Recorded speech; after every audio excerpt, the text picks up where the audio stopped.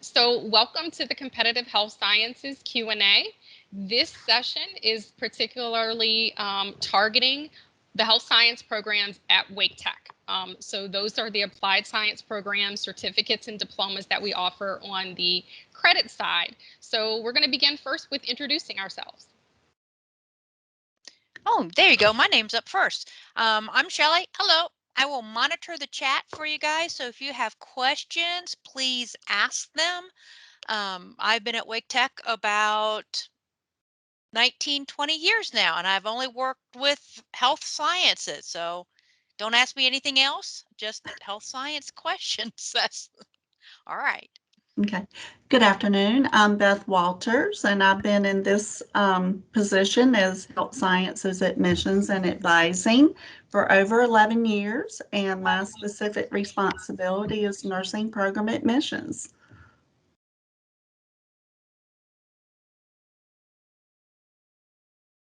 Hi everyone, Ryan Batchelor here. Not sure if you can hear me. I will apologize for the way that I sound. I'm trying to get over a really bad bout of bronchitis. It's not going so well, but here to answer any questions that you have. Thank you all for being here today.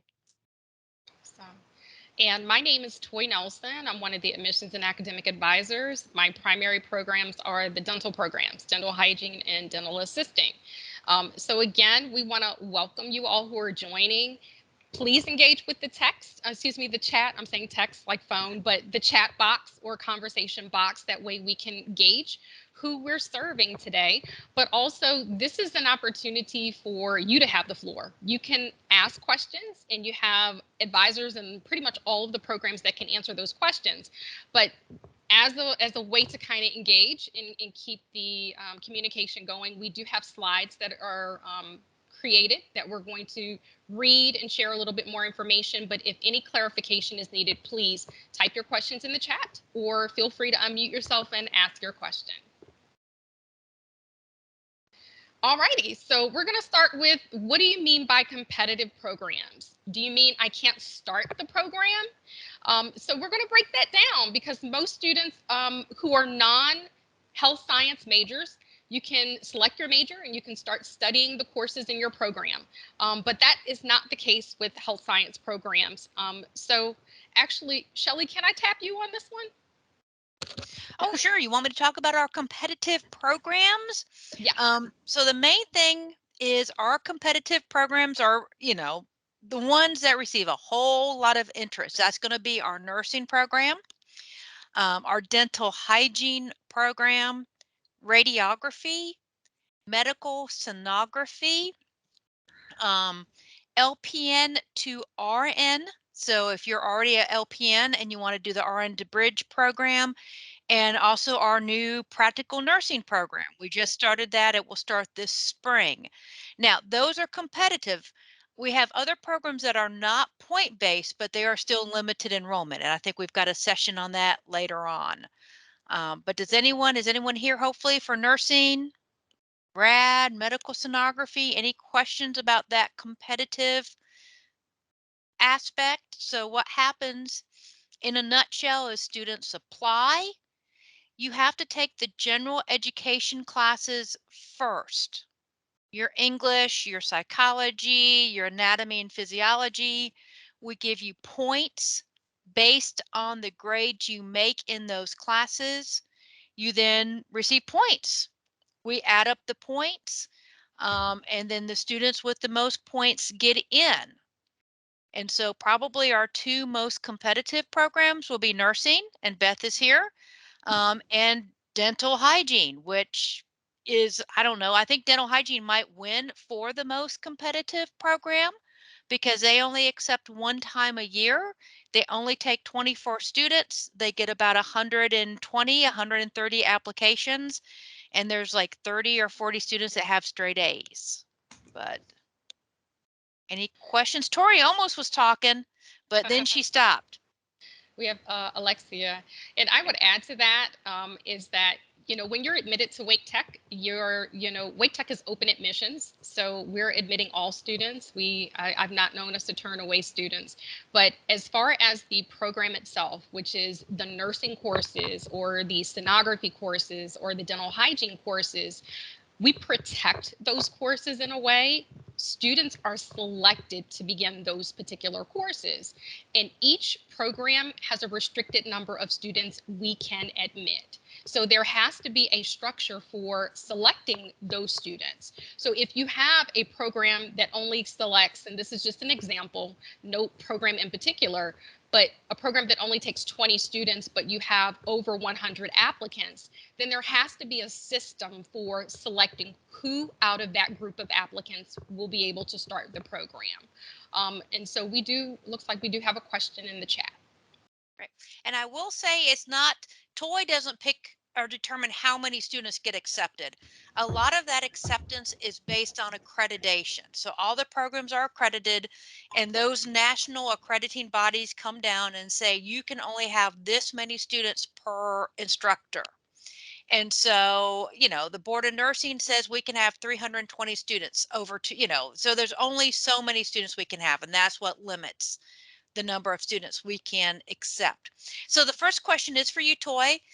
What about dental assisting? How competitive is that? So dental assisting averages about maybe 60 to 70, sometimes 80 applicants, and we accept 32 students. Unlike dental hygiene, where most of the students who are selected have all A's, dental assisting can be a little more gracious as far as points are concerned. We accept students with A's and B's, but there are also other opportunities for students to earn extra points. So what I would encourage you to do, Alexia, if you haven't done so, is you definitely want to do the associated information session for dental assisting, because that session goes over very specific details about not only the points you can earn for your prerequisite, pre-admissions, or general education courses, but there are other opportunities to be able to earn extra points as an applicant for dental assisting.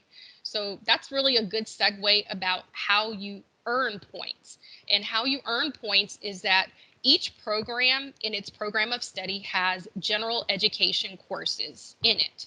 Those courses are English 111, psychology, sometimes it's communications, anatomy, and physiology.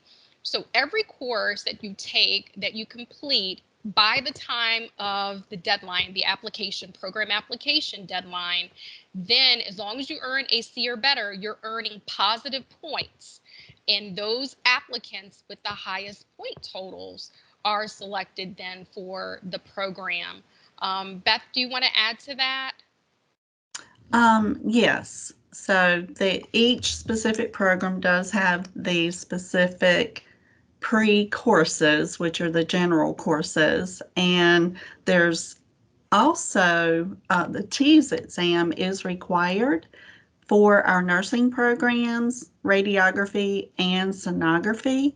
So that is required that you take the TEAS exam and score a minimum score of 59, for example, for nursing, and then you are earning points for the TEAS if you have a different TEAS score range, like 71 to 80.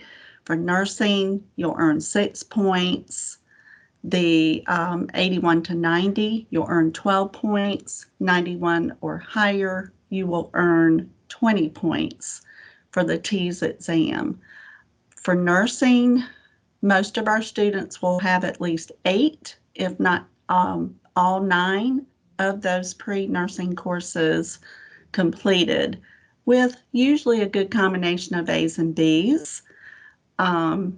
It's really not about the grades, but we have to be realistic. That's how you are earning the points to be competitive. A C will meet the course requirement, but for nursing, you really need a good combination of A's and B's to have enough points to possibly be competitive for admission. Beth, Tori wants to know, how do I know when I'm finished with my general courses to be able to apply for the nursing program? Okay, so you would need to complete the nursing information session, and then there's a nursing program checklist, which will list all 9 of those pre-nursing courses. And of course, you'll also need that nurse aid requirement as well as the TEAS exam. And I believe Toy is sending you the link for And that. I always recommend make sure you see us. We work Yes. virtual appointments. All of us are available virtually if you cannot make it to the Perry Health Science campus. So it's very easy to make an appointment. And actually, we all like those appointments virtually because then we can get to the web page and we can show you the checklist and we can show you all this information. Because the other thing is there's deadlines, and we don't mess around with those deadlines. So if you've got to submit your application for nursing, rad, medical sonography by January 31st or July 31st. If it comes in February 5th, then you've missed that deadline. So you want to make sure that you're seeing us, you've got that checklist, and you're maintaining that information. Right. Yes. And I would add to that, Ryan, I don't know if you're feeling up to it, but you do get reapply points for the imaging programs, and then also dental assisting. So for instance, if you apply and you are not one of the selected students, then you have the opportunity to, of course, apply again. And there's limited number of points that you can earn, but there are opportunities to earn extra points that way. And then also for the imaging programs only, you can earn points for prior education. Ryan, can you want to expound upon that? Yeah, so basically, I mean, you can get 2 points awarded to your ranking for being for reapplying to the program. So, 2 points might not sound like a lot, but I need you to know and understand that 2 points can absolutely, 1 point for that matter, can be the difference between you getting in and not getting in. So, certainly want to take advantage. If you apply, one time and you're not the most competitive, you do something different to change your competitiveness and you reapply, you certainly want to get those 2 extra points that way. It's a one-time thing. You're not going to get 2 points every time you reapply, but the 2 points will stay with you once you get it. As far as the degrees are concerned, yes, the department will allow me to award 2 points in addition for certain allied health science degrees that have been completed prior to applying. I'm always going to refer you to the department if you think you have one of those degrees and let them make that decision. But if they give me the go ahead, then that would be an additional 2 points awarded to your ranking that way as well. And as Toy and Shelly and Beth have all stated, the key really is just is checking in with us on a more frequent basis to make sure that you're not missing anything. Maybe you thought that you understood something, but that wasn't the way it really was. Just very important that you stay in close contact with us from semester to semester. That's how we ensure that not only you're meeting all of the requirements, but that's also how we ensure that you're going to be a more competitive applicant when you do apply. Yep. And you never know when the programs will make a change. So realize that a lot of these things that we're all talking about, like the nurse aid and the T's, and as you're hearing, they're kind of different for each program, but those are because they're set up by the program. So if all of a sudden dental hygiene decided they want to have the T's test, it might be added. So you do want to check back on a fairly regular basis so you can see, oh boy, what's the new change? So that's why we are here. Oh, look at that. So how many applications do we receive and how many students do we accept? All right. So I had mentioned previously for dental assisting, we take 32.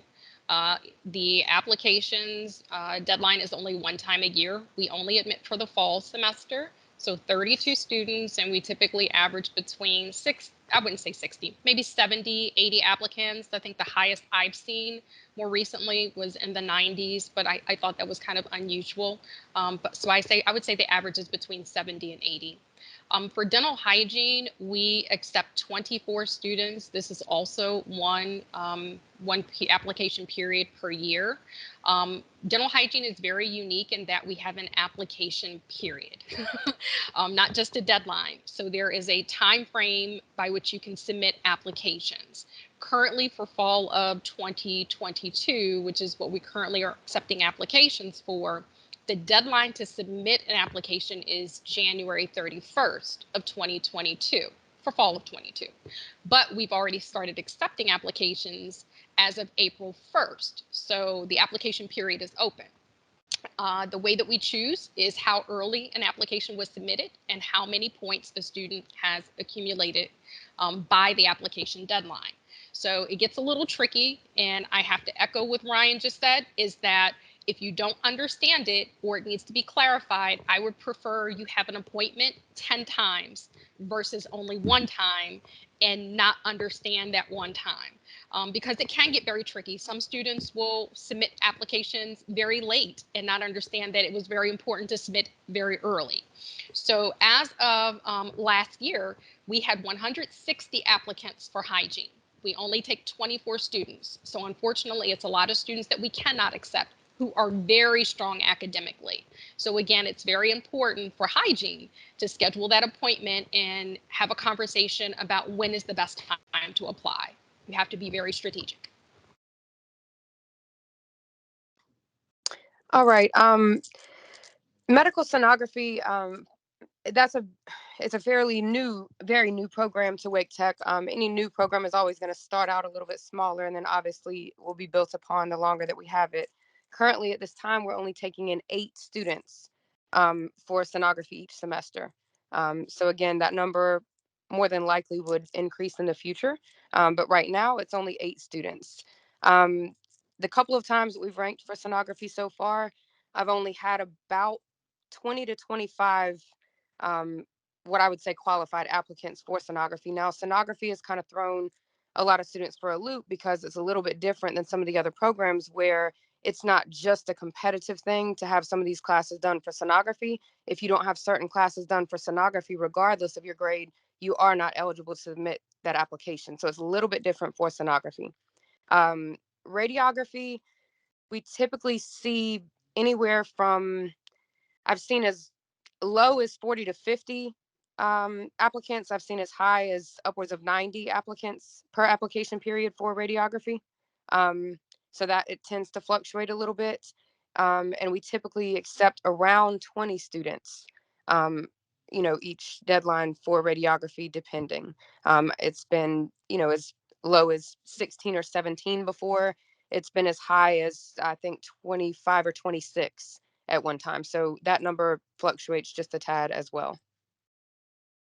Okay, LPN to RN starts once a year. The application deadline's January 31st for each summer. And we typically will have between 25 and 35 applicants, and we accept only 12 students. For the nursing, this would be the associate degree in nursing to prepare those graduates to take the exam to become RNs, and we accept twice a year, January 31st for fall and July 31st for spring. We typically will accept we usually receive between 225 and 250 applications for each fall and spring application period. And we usually accept between 75 and 85 new students every fall and spring. Practical nursing, to become a licensed practical nurse, is brand new, and it will be starting for the first time spring of 22, early January. And we are, I guess, assuming that we can accept minimum 12. That's the latest that we have heard from the nursing department. The application deadline is September 1st of each year to apply just for a spring program entry only. And for the first year, we had about 50 applications. So yes. Yeah, in a 4-week time period, because it got listed real quick. So yeah, we received about 50. So Yes. it will fill. Any It will. questions on applications and how many students we accept? And as you can hear from the numbers, they kind of vary, and a lot of that variety in the numbers is is based on our hospital and our clinical affiliation. So a few years ago with COVID, nursing could only take 660. There was one year, like Ryan was saying, they could only take 16, and that was because a couple of our affiliates, they were renovating and they couldn't take our students in to, to provide that clinical rotation, because realize our students, as part of the program, you have to get hands-on patient training. So you're going to go out to the hospitals. You are going to go into dental offices for assisting. So you have to get out there and be around people and around nurses and dentists and doctors to get that hands-on training. So that way, when you leave us, you're be ready to work, you know. So how many points do we need to be able to get accepted into the programs? Toy, you want to start? And I've got Toy here. I'm kind of following your pictures. All right, no problem. So for dental assisting, it was very interesting this year. On the average, the highest points can be about 80, 81. Typically, the lowest is about 55, which again is a mixture of A's and B's. It could be a C in there if you have an A to balance out that C. But this year, we were able to go 81 to almost 33 points. So we did accept some students this year that did not have all of the prereqs complete, but that's not a typical year. We have situations where students had to make decisions about continuing the program or sitting out for a semester or sitting out for a year due to their own commitments. So that's dental assisting. For dental hygiene, the points for fall 21, we took in 25 students and the students had 148 points. And 148 equates to A's in all 8 of the prerequisite courses.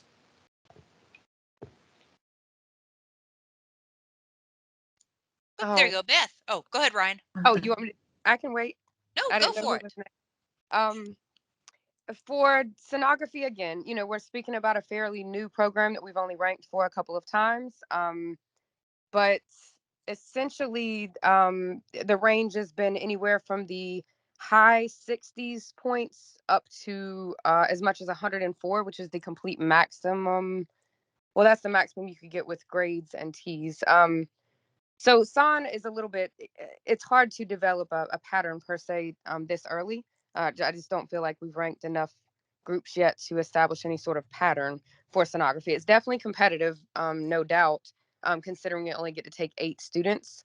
So I'd say, I think the trend so far has been like mid 80s and higher is what you would want for sonography. For radiography, again, due to the fluctuation in the number of students that we can take in, that's obviously going to sometimes drastically impact the number of points that you need to be competitive. Definitely high 70s or above. I think that's been an ongoing trend for a while now. We did start ranking radiography differently last year as far as the number of points that were awarded for each grade. So that did change, but the way that we rank did not change. So again, the way that we rank for radiography now, definitely mid 70s or higher to be close to making the cut. And as they've all said, depending on how competitive or not competitive that particular pool is, that's what's going to dictate, where you really need to be during that deadline period, to make it into that group. So it can and will fluctuate for sure. Okay, and for the associate degree nursing to become RN, we had our most competitive applicant pool for spring of 21. So that's our cohort that began January of this year. And minimum points for acceptance was 140. And we had a fewer students than we have in the past. I believe we were right around 72, 73 that they were able to admit for spring. And a lot of that had to do with clinical placement with the continued pandemic. For fall of 21, the group that began August, the minimum points for acceptance was 133, and we were able to accept 81 new students for fall. So that was exciting to get back to our little bit more normal numbers. And for the LPN to RN that starts each summer, it's a much wider point range. A lot of our LPNs are still taking courses in the spring term prior to their summer program, so they may be missing a course. The minimum points for acceptance for this past summer was 119 and higher. And that doesn't mean that we didn't have high quality students with good grades. It just means that they hadn't completed all of their pre-nursing courses through fall of 20 with the application deadline of January 31st for the summer 21 entry. And for the practical nursing program, Shelley, I might need your help. I know it was 50. Shelley actually has worked on that. And of course, we don't know how many exactly that will be accepting. Plus, a lot of our applicants for the new practical nursing program also applied for the traditional associate degree nursing program in the spring. So I don't know that we can give you any definitive yet. We truly won't know until we are done with all of our reviews for both programs for spring. So I think we'll have to share that at a later date. But if you are interested in practical nursing, please schedule an appointment. If you're interested in any of the nursing programs, then Beth Walters, me, will be the person to reach out to. And one thing I'm thinking our guests might be sitting there going, well, what does this mean? What do you mean by all these points? Yeah. Two things.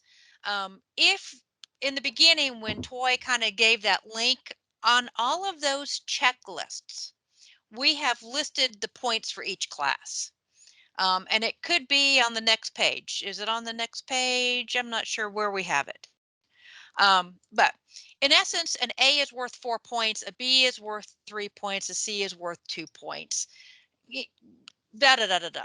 But overall, we've listed all of these points. I'm going to say to be competitive, your overall GPA probably has to be a 3.5 or better. Is that I'll get from Ryan? I know for dental hygiene, we've already got a 4.0 at hygiene, which a 4.0 is straight A's. And all of you are like, oh, okay, we already knew that, Shelley. But just in case you didn't, it unfortunately means if you've got straight B's, if you've got B's and C's, you probably want to come speak with an advisor, one of us, a health science advisor. I see Allegra and Natalia are on here and they're like, oh, no, go see them, go see health sciences, because we know the points, we know the grades that students have had to get to achieve to get into the program. And so that's why you want to come and see us. Is that 3.5 GPA or better, everyone? I think yes. The other big thing for my programs, this is not speaking so much for nursing or dental, but this is speaking more for radiography and sonography. I think that all of my colleagues can concur that, now for me and my programs, T's is honestly just as important as the grades in all of your classes, if not, I don't want to say more so, but, honestly, I've had a straight A student for radiography, but that student could not get points from T's, multiple attempts. And that's a very fluke thing. I mean, that's not all the time. This particular student just dealt with some of the worst test anxiety I've ever seen in my life. I kept trying to reassure her, you have the knowledge, it's there because you've made straight A's in all of your classes. But because she couldn't get any points from T's, I don't know that she ever would have had enough points to get into either of the programs. And here's the other flip side to T's that I remind students all the time is you don't want to just wing it in your classes and then bank on making 20 points on T's, because that's probably not going to happen either. Beth could probably share how many students of hers out of her 200 or so odd applicants for nursing are actually in the 20-point range. She can probably share like a guesstimate. I know for me, I'd never had more than 3 or 4 on any spreadsheet when I've done ranking that have 20 points from T's. So it's just that too is something that's not going to happen every day, even for the strongest test takers. So So you just want to keep all that in mind. And, I'm the type of advisor, I advise from semester to semester based on the number of points you've already accumulated, based on how you're doing in your current courses. That's literally how I make my recommendations for the next semester. And it may be that my recommendation is to spend more time preparing for and retaking T's than it is to even focus on retaking a class. Because with the point differentials, in my ranking, sometimes you're going to spend way more money retaking a class for less opportunity of a point gain than you would if you can increase your T's score, if that makes sense. And Toy put some information. The TEAS is a standardized test. It's the test of essential academic skills. It's reading, writing, math, and science. And it costs you money. It's $133, $135, whatever ATI is charging. So ATI proctors that test. Please don't go out and take it today. Make sure you're ready to take it. I know all of us can do something better with 130 some dollars than give it to ATI.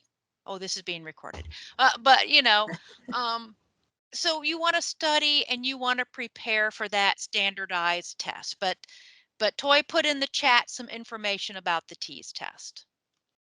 And I want to kind of mention that when you're at a community college or technical institution like Wake Tech, you do have the ultimate authority to choose how many courses you take in a semester.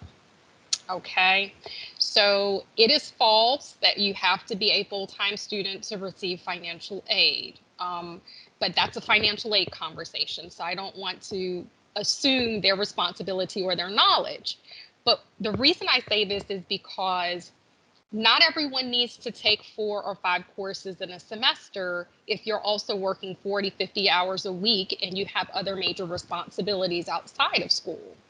Oftentimes we get asked, well, why aren't students getting in? Why is it that I can't earn enough points? And sometimes it's really about how heavy your backpack on your back is when you're trying to get things done. What I mean by that is if you have so much in your backpack that you're carrying around, at some point, you're not even going to be able to stand up straight because you are consumed with too much to do. So where do you have time to do studies? And all of these programs are based upon your performance in your studies. So, this is a great slide because it kind of talks about, well, what if I don't have enough points? It's about meeting with an advisor. Beth always uses the term making a sensible plan. I'll let her explain that. But also, if a student applies and doesn't get in and you have all C's, and there's no A's or B's to balance those out, it really is a matter of retaking courses. But it's also having a conversation about what were you doing when you were in those courses before. Sometimes it's not the perfect storm. And a lot of students will sit down and say, oh, school's my priority. No, school's not everybody's priority. We get it because you are a person first. So there are other things that take priority, especially if you have to pay bills, a car note, and I am on a soapbox. So let me get off the soapbox. But there are reasons why. These programs are never too hard to enter, but it's all about how you approach the requirements, okay? Now, push comes to shove, if it's just not working out, then we can explore other programs like our non-competitive programs or create what we call a parallel plan, where you may have to look at other programs at Wake Tech in particular, other health science programs that are not points-based, or even going to Career and Employment Services and maybe doing a career assessment to really focus on what it is that you should link to as far as your interests, your aptitudes, and your abilities. So Wake Tech has a plethora of resources to make sure that you get linked in appropriately. And I'll defer to Beth and let her talk about the sensible plan.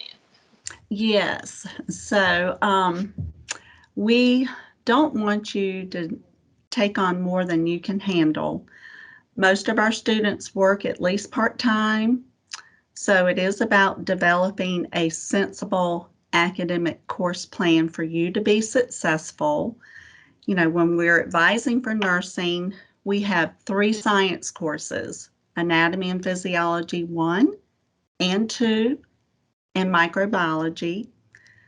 Obviously, you have to have Anatomy and Physiology 1 first, then 2, And it's my recommendation that you complete both anatomy and physiology 1 and 2 before you take microbiology, the study of disease and illnesses. And then if you are working or have other responsibilities like families, then it would be nice to pair a science course with a non-science course. And Toy was mentioning that you don't have to be full-time to receive financial aid, and that is true. Minimum 6 credits, so you can take 2 courses at a time, but we want to pair a science with a non-science when it's appropriate for you to take the sciences, but it's all about being successful in the courses that you're taking, because you're not trying to win a race with how many courses you complete at one time. It's how well you do. And it's my philosophy that if you take on less, you will achieve more. So you want to strive for A's, you want to have A's and B's to be competitive.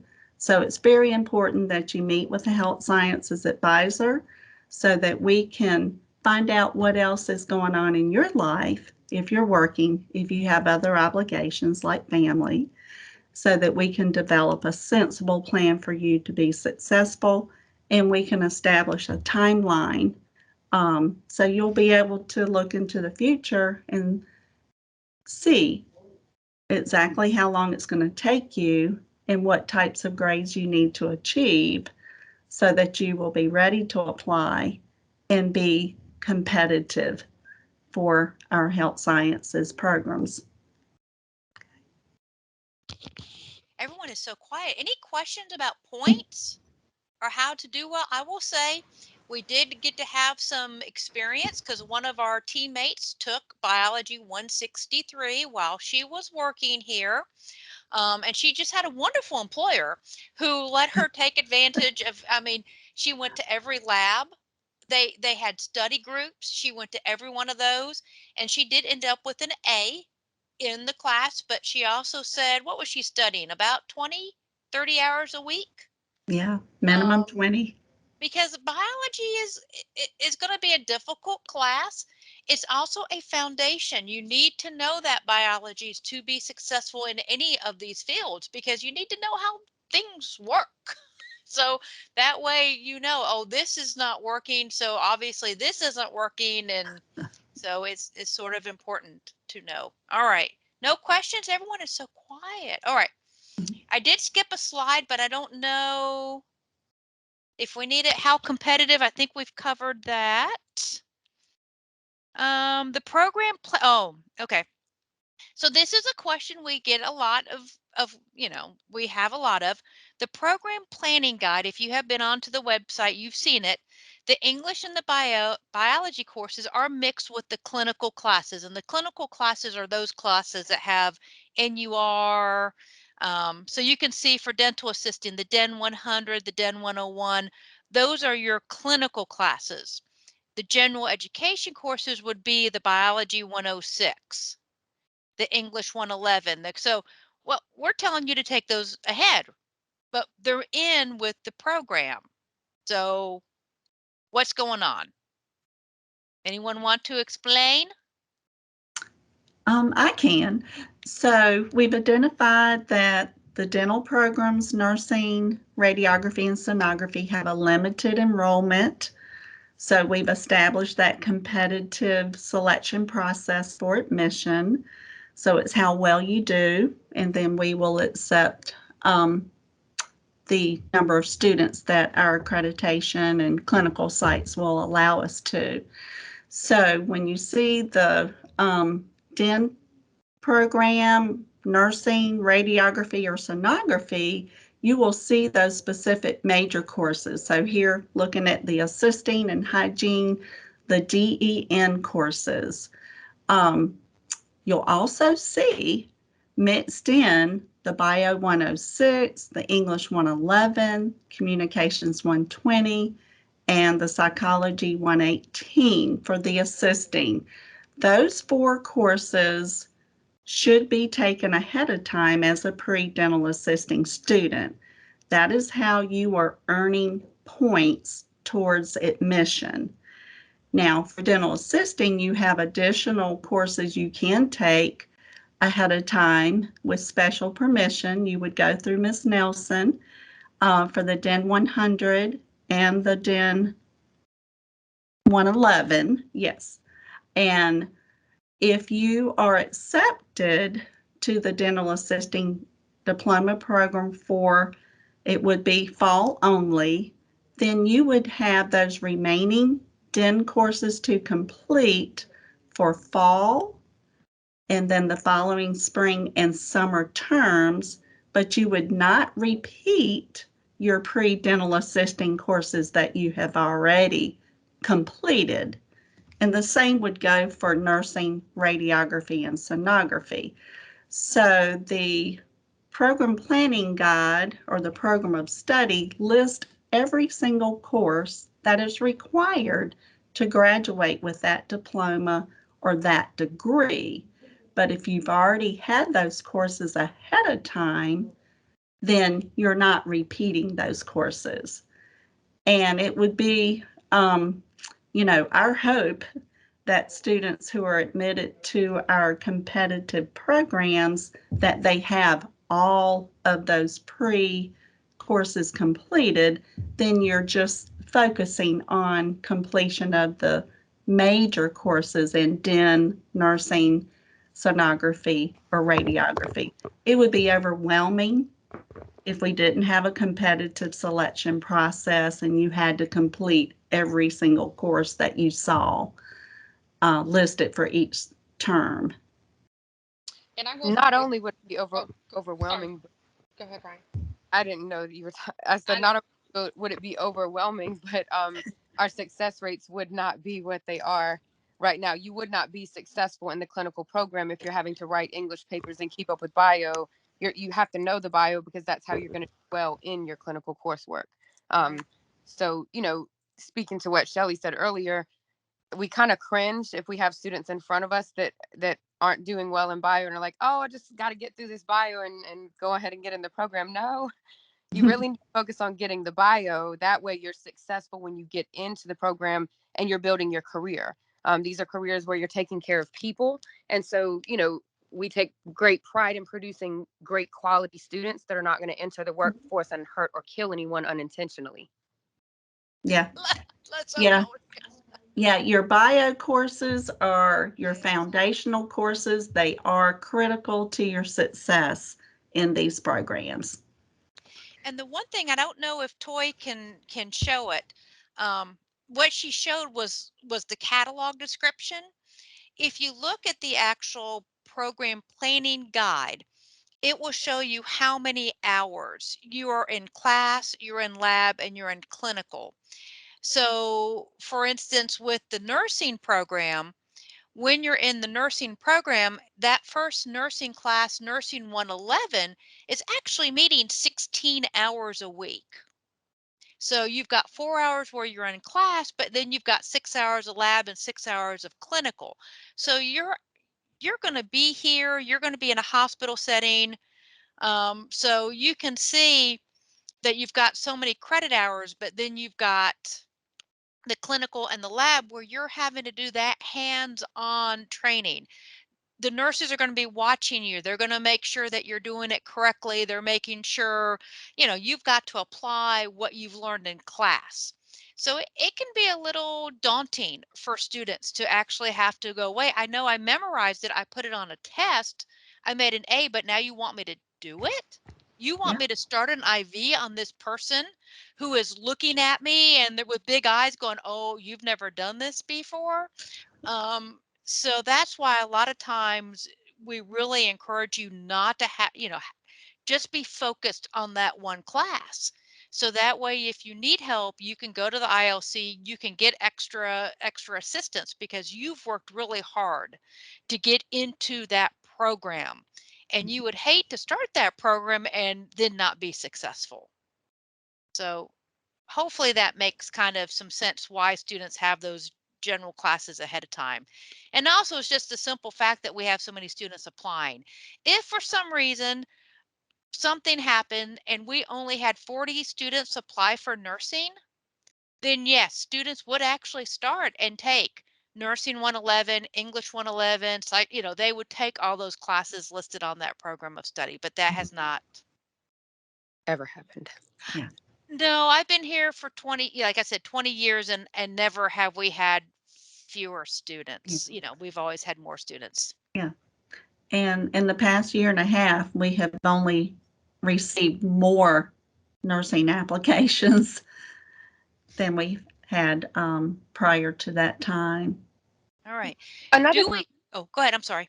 I just want to say one more thing about the clinical schedule that you were saying. One thing that I've noticed over the years working at Health Science that a lot of students kind of don't think about, and I don't know that I would either. The flexibility that you have when you're building your schedule to take your gen ed courses, your English, your math, your bio, your psych, so on and so on.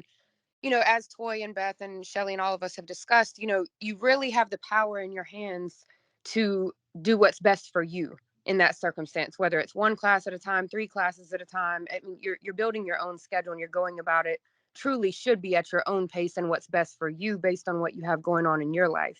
But the one thing that students don't often think about is the lack, of flexibility that you're going to have when you get into the clinical program, especially students that I'm dealing with, maybe that have younger children, they're trying to rush and get through the gen eds to get into the clinical portion.